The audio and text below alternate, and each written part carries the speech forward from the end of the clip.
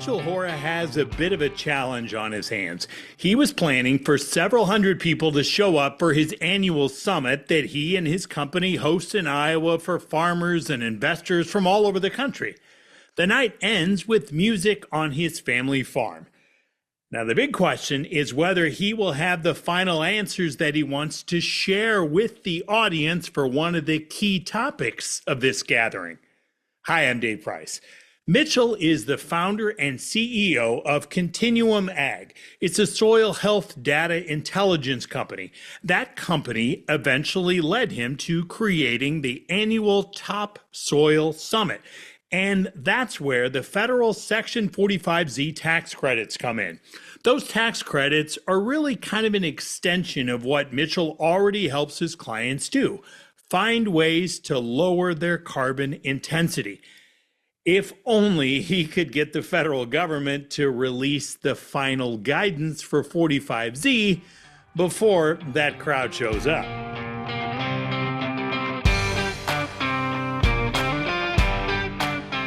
Hey, it's good to see you. Thanks for joining us again. How's life?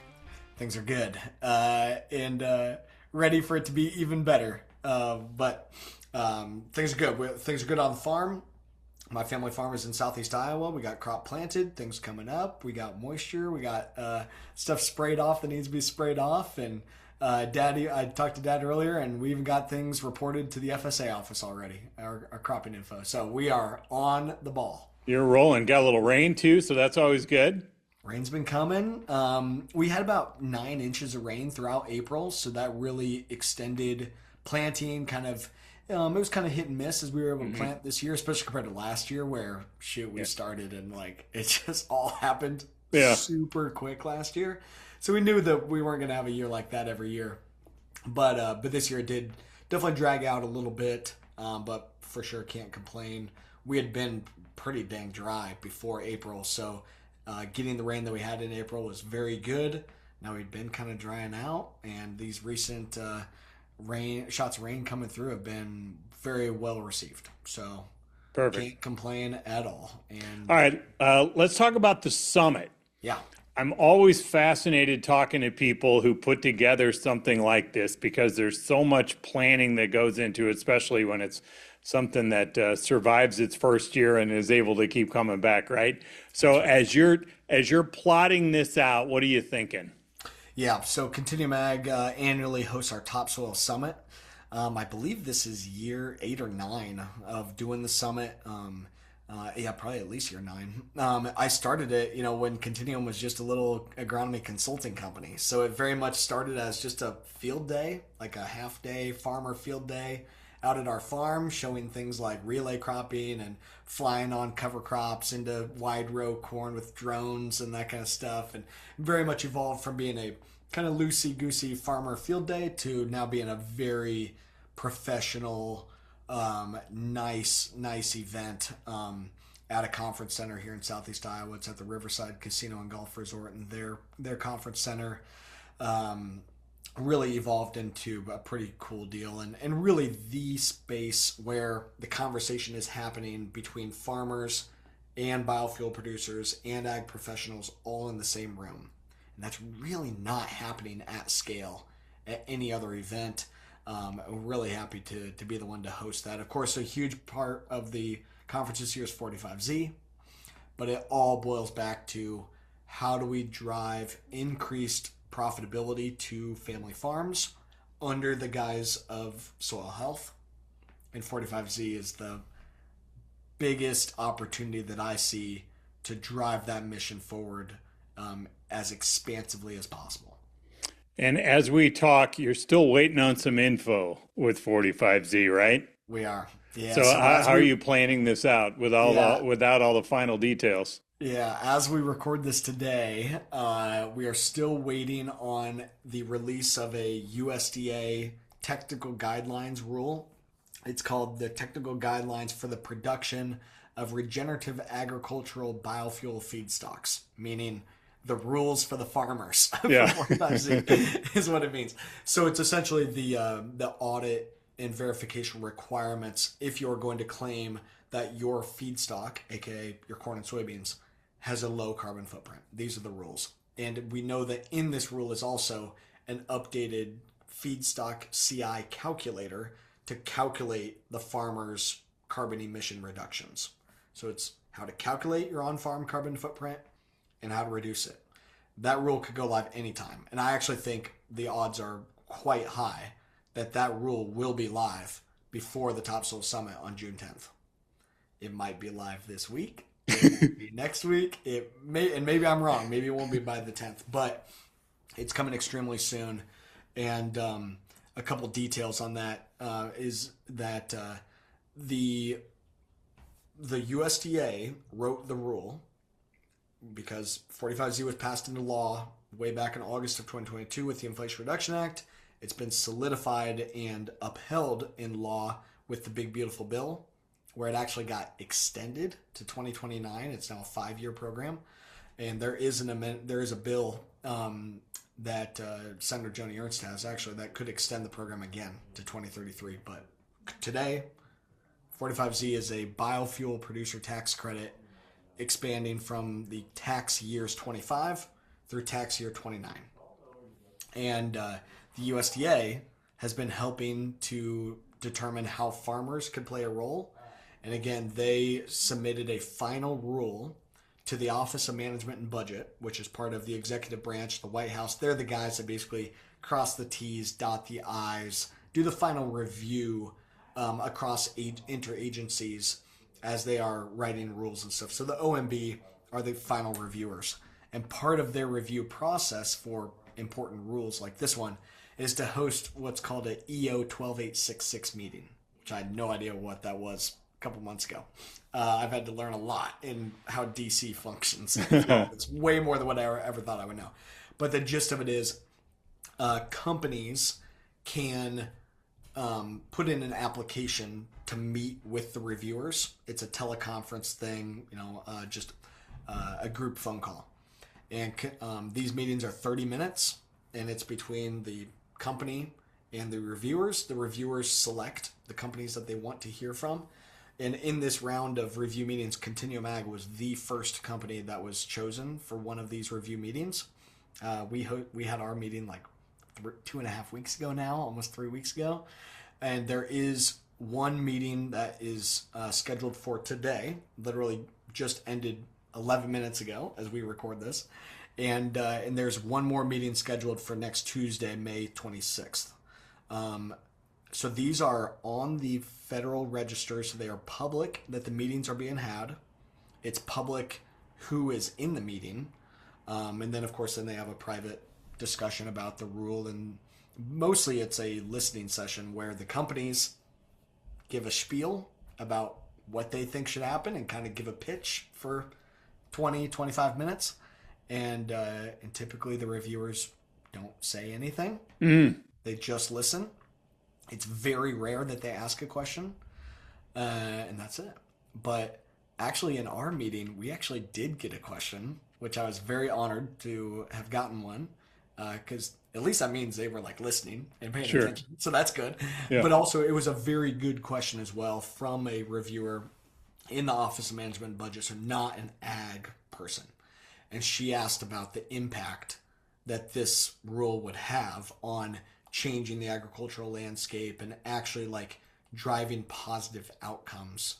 And I was like, yeah, it is huge, because 40% of the crop that we grow in this country, for corn and soybeans, goes into biofuels.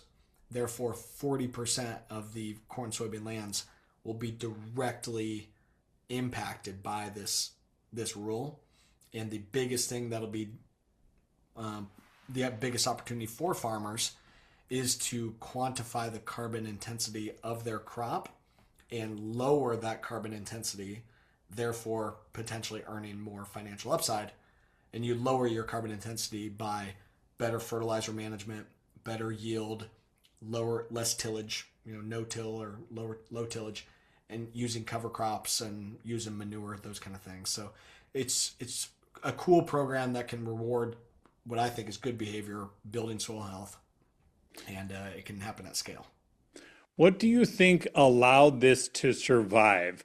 by and large, the Trump administration is not going to be huge on stuff that the Biden administration started, right? So you got to go back to 2022 with the Inflation Reduction Act. Yep. But you carry that forward to when they did One Big Beautiful last year, and there were enough supporters to keep this going. And as you said, even looking at extending this, what was it about it? This clearly transcended the normal R versus D split, and you had bipartisan support. Obviously, it's got its critics like everything else, right? Yeah, of course. But there was something about this that was strong enough to allow this to survive and then keep going. What do you think it was and why? Yeah, you're exactly right.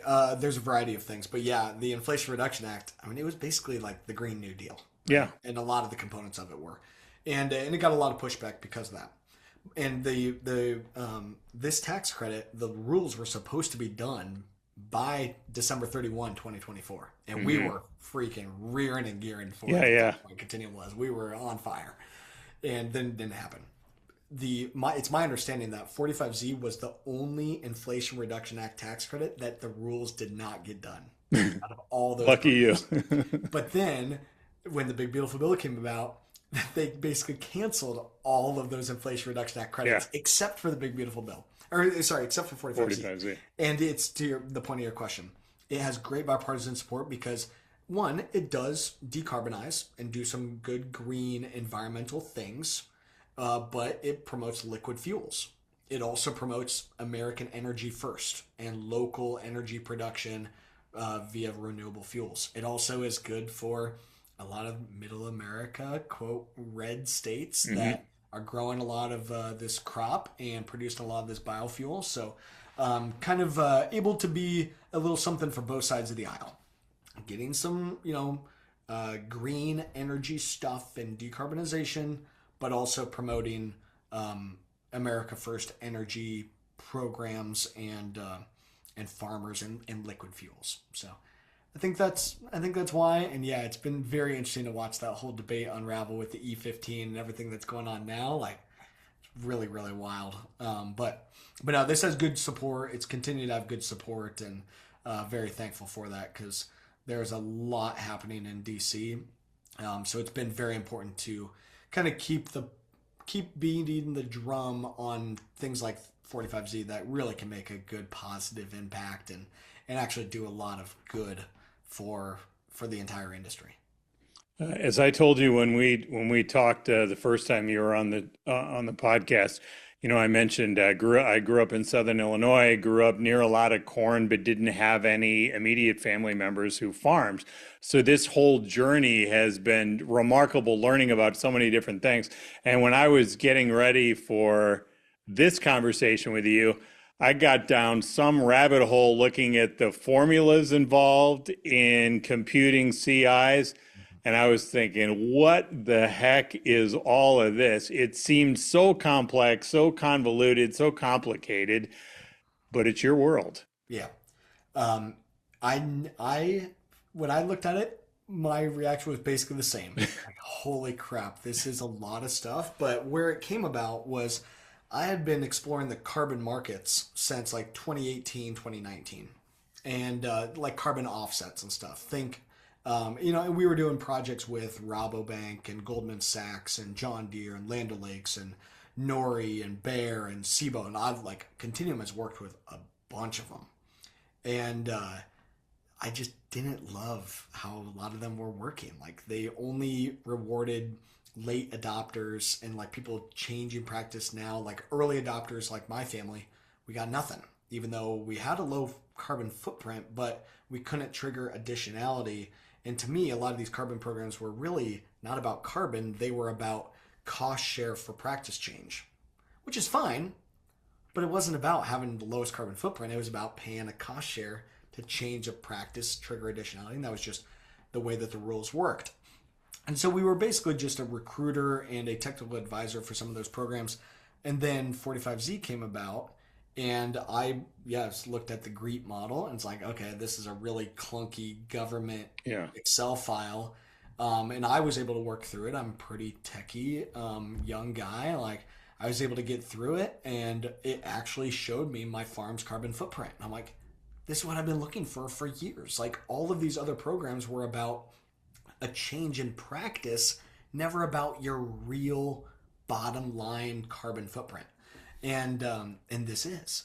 And early adopters can be rewarded because the concepts that, at least it looks like what's going to happen again, we're waiting for some final details, but the concept of 45Z and farmer involvement is that your corn and so let's use corn and ethanol for example to keep it easier.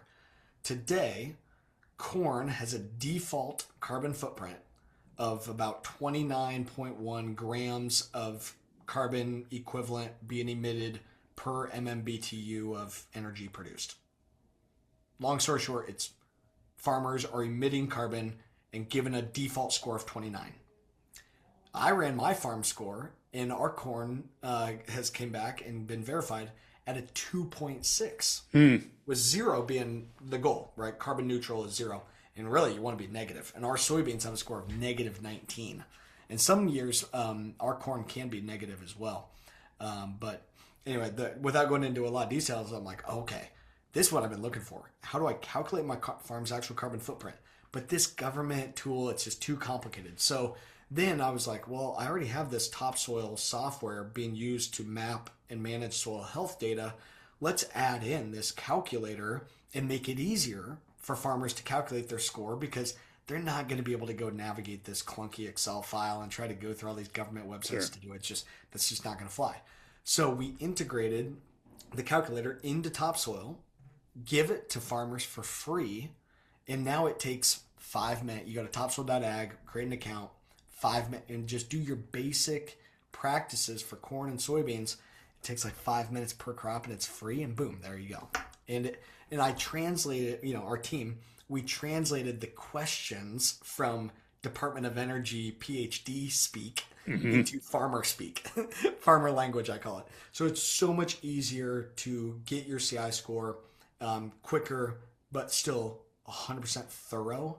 So that's really step one. And then after that, we had to navigate, okay, it's not enough to just calculate your CI score. You got to get it verified. You got to get it third-party audited. It has to be under the guise of what's called ISO 14065, this global greenhouse gas protocol. You have to undergo site visits and all of that. You have to do a risk assessment. There's a bunch of details to how to go from a calculated score to an actual legit verified score and certificate under the guise of what the government wants to see. And that is the actual secret sauce of Continuum Ag, is that we have actually worked with an accredited third-party auditor and built out the full process to get a farmer to go from random data to verified CI certificates ready to be plugged into the ethanol plants for this program. Well, it's been ready to go for a long time. We've actually passed an audit and stuff as well, ready to have it scaled to at least 1 billion bushels a year is what we anticipate. Sitting ready to go as soon as we get the green light, and just made the process so much easier and more scalable and less risky, just putting farmers in control of their data too, to be a huge partner to collaborate with the biofuel producers, and together farmers and biofuel producers really maximize the value of this credit. And I think the sharing sorts itself out as this develops, but we've got the infrastructure there ready to rock and roll. So you have the summit the second week of June, and you already have your headliners booked, all those kind of things. But so do you have to kind of plan out both ways? Yeah. Just in case I'm not trying to rip you for your confidence that you're going to have all of this before the summit, but in the event that, as you know, the government's not always the most efficient, operates on its own timeline. So if don't get this thing wrapped up in time and you don't have what you need, what do you do then? Yeah. So what we did, we got former Secretary of Ag, Tom Vilsack speaking. So he was really the guy who was the driving force behind the USDA getting involved and been in it from the beginning. And now he's part of it. And he's just a good speaker, great story, Iowa guy from here in Southeast Iowa. And so I have him coming to share the story of how this came about. And I think that's interesting regardless. We have Jeff Cooper, the president of the Renewable Fuels Association, coming, so he'll be able to share some of the latest and greatest insights from DC, but also speak to other pertinent policy things and other industry things that are important for farmers regardless of 45Z, like the E15 discussion, like farm bill stuff, like biofuel markets, marine, SAF, these opportunities that are important for farmers regardless. But yeah, I mean, planning out, with as much detail as we can. Here are the partners and stuff involved, because we have a key CPA firm coming. We have our third-party auditors coming. We have a tax credit brokerage company coming. We have a leading insurance company that insures tax credits. They're coming. We have our traceability partners coming and making some big announcements that I can't quite share on this, but there's some other mega infrastructure things that are coming that will be getting unveiled at the summit as well. And basically, the shift is going to be, it's either going to be, here's what we know today and what should still be coming with 45Z, and here's our best advice on how to position yourself to win. Or hopefully I'm right and we have some real clarity by then, and we can really speak to detail on here is exactly what the rules say. Here is the details of what we know today, and hopefully there's enough clarity that some real action can be taken. We've been beating this drum for 3.5 years, kind of sitting, waiting. It's been a hurry up and wait thing. And things do look good, though, to have this out and across the finish line, monitoring it super closely. And the Topsoil Summit's going to be the place to hear the latest. So yeah, June 10th, registration's open. You got to go to our website, continuum.ag, and you can find it. But all right, it's been tough to balance. I'm sure. And it's also I didn't want to have a lineup that was too far out into left field. Sure. Because what if it does all come through? Everyone's going to want to come to hear just about this thing. This has been our mantra. So I didn't want to get too far away from our core thing, but also have some folks attend that can bring value to farmers and to ag professionals regardless. And that's what we've got. And you're looking at what, 400 or so? Is that about right? Yeah, I mean, if the rules don't, if the things continue to not come through, I could see us being closer to where we were last year, about 300 people. If we get some rules come through, the max capacity of this place is 500, and I hope we hit a capacity issue. And I would love for that to be my problem that I need to deal with. But yeah, maybe the weather would be nice. Just push some, do an overflow outside. Set up some chairs out there. That'll be fine. They can roll with it. And 2 years ago, when things were really looking amazing, we did have a huge crowd like that, 450 people. It was absolutely awesome. And again, we're really honored to do it. It is a lot of work, but luckily I got a great team, a great VP of marketing, Diana. She's running the show, and we've done this enough times now. We're we know what we're doing. Yeah, for sure. So it's been a good thing. It's plenty of work, but it's been a good event, and really happy to have a lot of great sponsors that make sure that it all happens as well. Because we are talking about so many people like this, so whatever, you can joke it's going to be 300 on the low end, 500 on the high end, whatever it is. You've done this long enough, though, that you've seen the growth in interest of this. So can you talk about maybe the folks who are specifically interested in this topic versus when you started messing with this early on? Yeah. Well, I'll even speak to earlier than that. When I was pushing so my real passion in all this is helping family farms become more profitable because they're adopting soil health practices and improving soil health, right?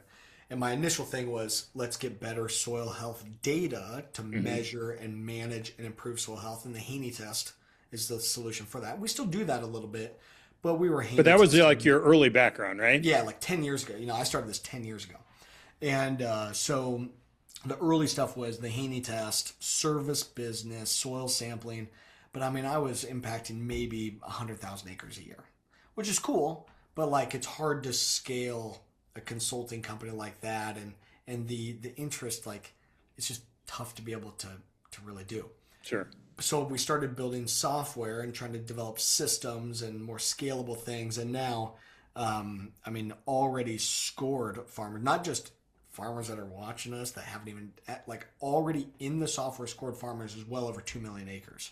That's just corn that has been scored. A lot of these farmers, they haven't even moved forward with their soybeans yet, but those will probably happen as well. So it's just taken our ability to positively impact the soil health movement and American ag from a service business where 100,000 acres, you're like, that's a freaking lot for a company like that. And that would be kind of the max that we were impacting. And to now, the opportunity to help positively impact millions and tens of millions of acres, like that's the thing here. And the other piece of insight, what I think is cool about 45Z is the audience has changed a little bit as well for like the point of your question. So we're seeing a lot more acreage and farmer numbers of interested farmers coming to the table, but the look of those farmers has changed a little bit as well. Where originally doing soil health data and stuff, and this initial soil health movement was typically a little bit smaller farmers, ones that maybe could be a little bit more nimble, and they were experimenting and kind of looking for something different. Where now, especially with 45Z, we're talking the big dog row crop acre farmers that are very good business folks that are paying attention, that understand policy, understand data. They are also very much at the table here, wanting these opportunities. Plus, small farms and my farm. I mean, shoot, I farm 110 acres. My brother and I, and then my family farm is about 1,000. But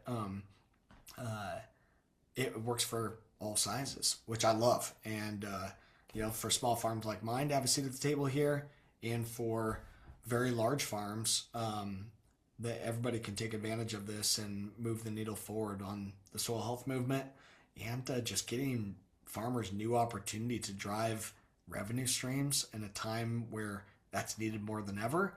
And again, to reward farmers for the good things that they're doing. And it's really the first time where farmers have the opportunity to not just be rewarded for how much they produce, but how they are producing it.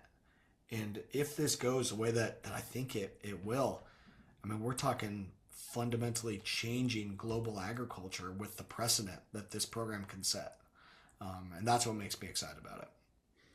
I wonder if you can close out with, because of the way you've grown over the years, you do work with some of those smaller family farmers, but now that you're able to sort of broaden your audience here, and you're dealing with a lot larger operations, can you maybe look overall, maybe a gut check on where folks are right now? We're talking as we get toward the end of May, so another for row crop season, out there planting, hopefully by this point, unless the weather's maybe gotten in the way. But as people start looking ahead, I mean, there's so many different dynamics to follow, right? Like, where is their optimism level? Where is yours? Yeah. I mean, I think all of ours has had to fluctuate a lot, right? And there's been a tremendous amount of uncertainty, remains a tremendous amount of uncertainty. So it's really all over the place. What I like about this thing, though, is in a world of uncertainty and a lot of negatives, this has remained kind of a shining like light at the end of the tunnel, and it seems like that is coming really close. And that's why we've had all this interest and stuff. That farmers are like, man, I need an opportunity, I need something, but I can't just like make a crazy drastic pivot. Well, utilizing the data you're already collecting and the practices you're already doing, and being able to maybe find some financial opportunity based on that, it just aligns easier. So I think the interest has been there because farmers are looking for opportunity, but also I think over the last couple of years, sustainability has moved from being this kind of buzzword thing to like, it's inevitable. Like this type of thing is the way of the future. It just might be sped up because government is getting involved in laying out a tax credit program. And that's also why I've tried to be very involved to make sure that gets done well, because any of these things, like they could go the wrong direction and not make a meaningful change, or the financial value not be equitably shared, that kind of thing. But anyway, I think a lot of farmers uh, you hear it all over the place of like, things are tough. Of course, we recognize that. There's a lot of uncertainty, and that's where they're looking for opportunities. And 45Z looks like it could be one of those huge opportunities that becomes really a no-brainer for a lot of folks. Research and development tax credits has been something that has brought tremendous value and opportunity to a lot of our farms as well. That's just not even an ag thing. Research and development tax credits. You got to be a bit of a larger operation for the financials to make sense. But that's a huge opportunity. And really, again, this is overall, there's just new partnerships being solidified here, and especially the partnership between farmers and biofuel producers to go after these new opportunities together. I think that's a cool thing, and just excited to be a part of it. And lastly on it, I mean, all this stuff that I've done it for myself. Throughout this whole journey, I've been trying to figure out, how do I improve my farm's soil health? How do I measure it? Well, hey, here's this Haney thing. Okay, well, how do I turn that into actionable data? Well, let's build a software and system to be able to do that and turn this Excel sheet into an actual variable rate shape file that I can go and take to the co-op and make an application on. Then it's, okay, how do I now use this data to tap into these carbon programs? And most of them didn't really work for my operation, but then 45Z came and I'm like, hey, okay, that makes sense. Now I can be rewarded for what I'm actually doing and what's my real bottom line. But hey, how do I get this verified? How do I get it to the ethanol plant? What does the asset need to be? How do I create some systems here? And also, how do I create some volume? Because I'm a tiny little farm. If I go to an ethanol plant and try to negotiate a deal, they're going to say, one, your tiny little bit of corn, sure, it's got a low CI, congratulations. Sure, you got it verified, congratulations. But a little bit of corn, call it, 100,000 bushels of corn to an ethanol plant that buys 30 million bushels of corn a year, I don't move the needle because it's all a weighted average at the end. So then it's, all right, we got to have some systems here so that we're all farmers creating the same consistent asset, whether it's verified by Continuum or by one of Continuum's competitors. It doesn't really matter. It's just the government is saying, here's what you got to do. So we're all creating apples to apples here at the end of the day. They all got to have the same systems. And then as a group, we can actually create some scalable value for these ethanol plants. And that's what allows, small farmers to be able to get the same kind of fair deals as large folks. I think, my drive on this is it's U.S. taxpayer dollars, your money, my money. Everybody deserves to know how their taxpayer dollars are being used, and this is an open, transparent thing. We're trying to bring a lot of transparency to how the taxpayer dollars are being used, and again, back to, I've been building all this because I'm trying to figure out, how do I get my fair share from my family farm, sure, and for as many other farms as I can help them to get some share too, and I think the pie can be big enough that everybody can feel happy at the end of the day. And because we're going after new money together, it's the more we collaborate, the bigger that new pie. And I think if we can show our regulators, hey, we can really do some good here, I think that's the way for a program like this to actually live on, create a good long-term positive impact that, again, could have a ripple effect outside of corn, soybeans, outside of biofuel, outside of tax credits, even outside the U.S. And I think that 45Z can do that, and which is kind of wild of when you're talking fundamentally changing global agriculture. But I really think that this has the potential to do that. Well, it's always good to catch up with you. Appreciate the conversation. I hope you get the answers you need before the summit kicks off. But if not, I know how you can multitask and adjust, so you'll be good either way. I think we'll be. I'm still as confident as ever. I've not always been confident because we have had some rough go. It's not been all rainbows and butterflies here at Continuum Ag over the last year and a half. I can assure you that. But we're still fighting this good fight. It is the right thing to do, and Yeah, I'm excited for it. And if it happens, don't worry, everybody's gonna know. Indeed. Everybody's gonna know. So, but no, thanks for having me on. Yeah. And yeah, good to catch up. Hopefully, we got some more clarity that we can maybe do this again and share the details with everybody. Let's do it. We appreciate it. Thanks for the talk.